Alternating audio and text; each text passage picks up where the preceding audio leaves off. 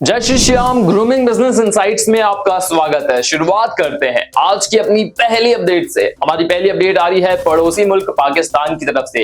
Update ये है कि इंडिया के एक लोकल थिंक टैंक ने एस्टिमेट किया है कि आने वाले वक्त में पाकिस्तान बुरी तरीके से अपने डेट पे कोलैप्स कर सकता है। इसके पीछे का रीजन है एक रिपोर्ट जो रिसेंटली इसने पब्लिश करी है। रिपोर्ट का नाम है raging fire debt crisis in Pakistan और इसमें मेंशन किया गया है कि साल 2011 से लेकर अब तक पाकिस्तान का जो डेट है वो 6 गुना बढ़ चुका है और ये ओवरऑल 125 बिलियन डॉलर से भी ज्यादा का हो चुका है। जिस तरह के इकोनॉमिक और पॉलिटिकल सिनेरियोस पाकिस्तान में बन रहे हैं उससे कहना तो यही होगा कि जल्द ही पाकिस्तान में कोई बड़ी दुर्घटना हो सकती है। वैसे क्या लगता है आपको, बताइएगा कमेंट में। अगली खबर आ रही है टाटा ग्रुप की तरफ से। अपडेट ये है कि टाटा ग्रुप की दो बड़ी कंपनीज जिसमें एयर इंडिया और टाटा एडवांस सिस्टम्स शामिल हैं, इन्होंने एक MOU यानी कि मेमोरेंडम ऑफ अंडरस्टैंडिंग साइन किया है कर्नाटका की गवर्नमेंट के साथ। इस मेमोरेंडम ऑफ अंडरस्टैंडिंग में बात सामने आई है कि ओवरऑल टाटा ग्रुप की तरफ से 2300 करोड़ के इन्वेस्टमेंट कर्नाटका में होने वाले हैं, जिसकी वजह से आगे आने वाले वक्त में कर्नाटका में 1600 से भी ज्यादा लोगों को रोजगार मिलेगा। यहां पर बताया जा रहा है कि ये जो इन्वेस्टमेंट है एरोस्पेस, डिफेंस और इलेक्ट्रॉनिक्स के सेगमेंट में किए जाने हैं। अगली खबर आ रही है ग्लोबल टेक कंपनी एप्पल की तरफ से। आप एप्पल के बारे में तो जानते ही होंगे, ग्लोबल टेक कंपनी है, आईफोन की सेल भी करती है और अब अपडेट ये है कि आईफोन की सेल करते करते एप्पल ने पिछले 10 सालों के अंदर 1.65 ट्रिलियन डॉलर की अर्निंग करी है। जी हां, पिछले 10 सालों के अंदर केवल इतनी अर्निंग की है सिर्फ आईफोन सेल करते हुए। यह भी बताया जा रहा है कि लास्ट ईयर 2023 के अंदर एप्पल ने 235 मिलियन से भी ज्यादा के आईफोन के शिपमेंट्स किए हैं और इनके जो एग्जिस्टिंग कस्टमर्स हैं जो पहले से आईफोन यूज कर रहे थे उन्होंने अपने आईफोन्स को रिन्यू किया है। ऑलमोस्ट 35% के करीब का इनका नंबर सामने आता है। यह भी कहा जा रहा है कि साल 2023 के अंदर ओवरऑल दुनिया में सबसे ज्यादा जो स्मार्टफोन्स यूज किए गए वो आईफोन ही थे। अगली खबर में हम बात करेंगे दुबई इंटरनेशनल एयरपोर्ट के बारे में। अपडेट ये है कि इंडियंस ने साल 2023 के अंदर दुबई इंटरनेशनल एयरपोर्ट से सबसे ज्यादा उड़ानें भरी हैं। यहां पर जो इंडियन पैसेंजर्स का नंबर है ये 11.9 मिलियन से भी ज्यादा का है, यानी कि करोड़ों की संख्या में इंडियन पैसेंजर्स ने दुबई इंटरनेशनल एयरपोर्ट से उड़ानें भरी हैं और ये जो डेस्टिनेशंस हैं यहां पर 250 से भी ज्यादा रह रही हैं जो 104 के करीब कंट्रीज में पहुंचाई गई है, यानी कि इंडियंस दुबई इंटरनेशनल एयरपोर्ट से बहुत ज्यादा बोर्ड करते हैं। अगली खबर में हम बात करेंगे दुनिया की तीसरी सबसे बड़ी इकोनॉमी जर्मनी के बारे में और अपडेट ये है कि जर्मनी का जो सेंट्रल बैंक है उसने ये कहा है कि जर्मनी टेक्निकल रिसेशन में जा सकता है साल 2024 के अंदर। ये टेक्निकल रिसेशन क्या है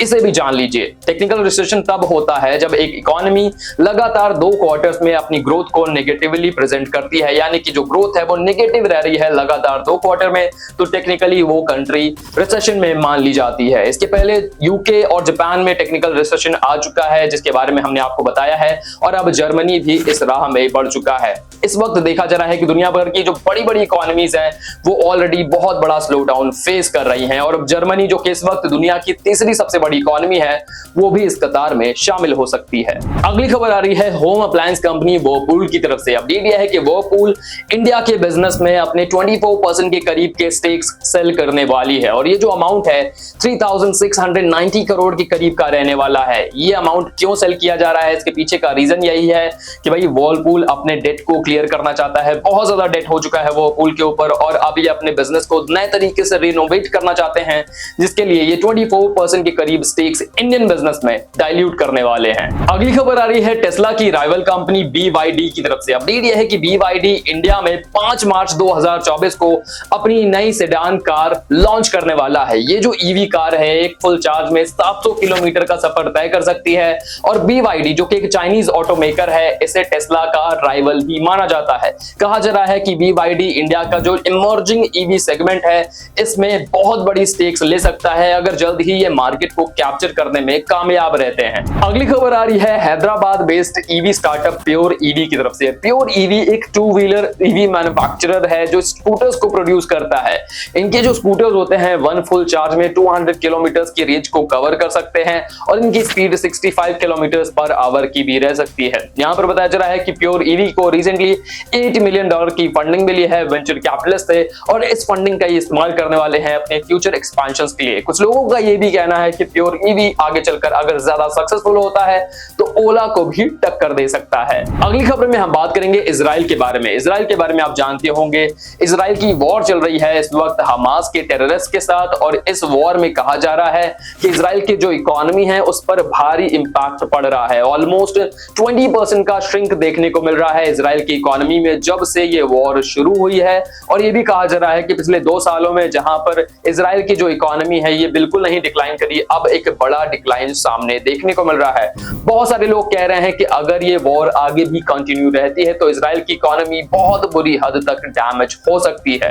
अगली खबर आ रही है लुफ्तांसा की तरफ से। लुफ्तांसा एयरलाइन कंपनी जर्मनी की एक बड़ी एयरलाइन कंपनी है, इसे one of the most premier airline companies में भी शुमार किया जाता है। अब अपडेट ये आ रही है कि लुफ्तांसा के जो क्रू मेंबर्स हैं, जो स्टाफ मेंबर्स हैं, ये स्ट्राइक कर रहे हैं जर्मनी के अंदर, जिसकी वजह से जर्मनी के 1 लाख पैसेंजर्स इंपैक्ट हो रहे हैं। यानी कि लुफ्तांसा की जो एयरलाइन सर्विसेज लोग लेना चाह रहे हैं वो ले नहीं पा रहे, जिसकी वजह से कस्टमर्स को भारी नुकसान हो रहा है और एयरलाइन कंपनीज को भी अच्छा खासा नुकसान हो रहा है। अगर हम बात करें कि स्टाफ मेंबर्स क्यों स्ट्राइक कर रहे हैं तो उसके पीछे का बड़ा रीजन है लोअर सैलरी पेज। यहां पर बताया जा रहा है कि लुफ्तांसा के स्टाफ मेंबर्स की डिमांड है कि हमारी सैलरीज को बढ़ाया जाना चाहिए और हमारी वर्किंग कंडीशंस को इंप्रूव करना चाहिए। अगली खबर आ रही है नॉर्थ ईस्ट फ्रंटियर रेलवे की तरफ से। अपडेट यह है कि north east frontier railway zero scrap policy को अपनाने के बाद 100 करोड़ से भी ज्यादा का स्क्रैप सेल कर चुका है। यहां पर बताया जा रहा है कि 20,000 मेट्रिक टन से भी ज्यादा का स्क्रैप इकट्ठा हुआ था, जिसे सेल करने के बाद रेलवेज को 100 करोड़ से भी ज्यादा की अर्निंग हुई है। इसके पहले हमारे प्रधानमंत्री भी बोल चुके हैं कि किस तरीके से रेलवेज के अलग अलग डिपार्टमेंट में स्क्रैप सेल करके हजारों करोड़ की कमाई रेलवेज ने की हुई है। और अब पता चल रहा है कि नॉर्थ ईस्ट फ्रंटियर रेलवे की तरफ से 100 करोड़ के करीब का अमाउंट इकट्ठा किया गया है केवल स्क्रैप सेल करके। अगली खबर आ रही है पूर्वी डेयरी की तरफ से। पूर्वी डेयरी एक बड़ी डेयरी कोऑपरेटिव है नॉर्थ ईस्ट इंडिया में और अब इसने इंडियन ऑयल कॉर्पोरेशन के साथ एक बड़ी डील साइन करी है। इस डील में जितने भी IOCL के पेट्रोल पंप्स हैं वहां पर मिल्क बूथ्स को एस्टैब्लिश किया जाएगा, जहां पर पूर्वी डेयरी और मदर डेयरी के जो मिल्क प्रोडक्ट्स हैं इन्हें सेल किया जाएगा। माना यह जा रहा है कि अगर ऐसा होता है तो जितने भी कस्टमर्स हैं आसानी से अट्रैक्ट हो पाएंगे इन डेयरी प्रोडक्ट्स के प्रति और इनकी सेल भी अच्छी खासी बढ़ सकती है। अगली खबर आ रही है बॉम्बे हाईकोर्ट की तरफ से। बॉम्बे हाईकोर्ट ने रिसेंटली CBI को लताड़ लगाई है चंदा कोचर और दीपक कोचर अरेस्ट मामले में। आपको पता होगा, हमने आपको पहले भी बताया है कि बॉम्बे हाईकोर्ट ने चंदा कोचर और उनके हस्बैंड दीपक कोचर को बेल प्रोवाइड करी है।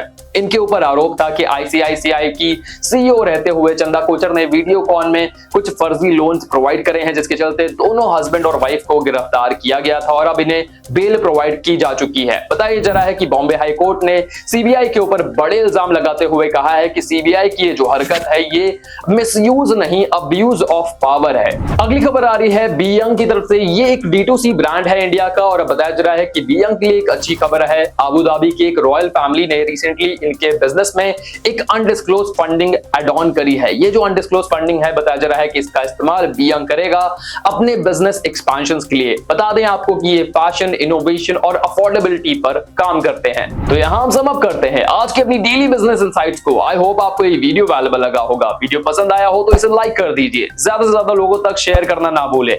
हमारे टेलीग्राम से जरूर जुड़े जहां पर आपको ये इनसाइट्स और क्विज़ेस खेलने को मिल जाएंगी, वो भी बिल्कुल फ्री ऑफ कॉस्ट। मिलेंगे अगले वीडियो में, तब तक के लिए शुक्रिया। गुड बाय, टाटा, जय श्री श्याम।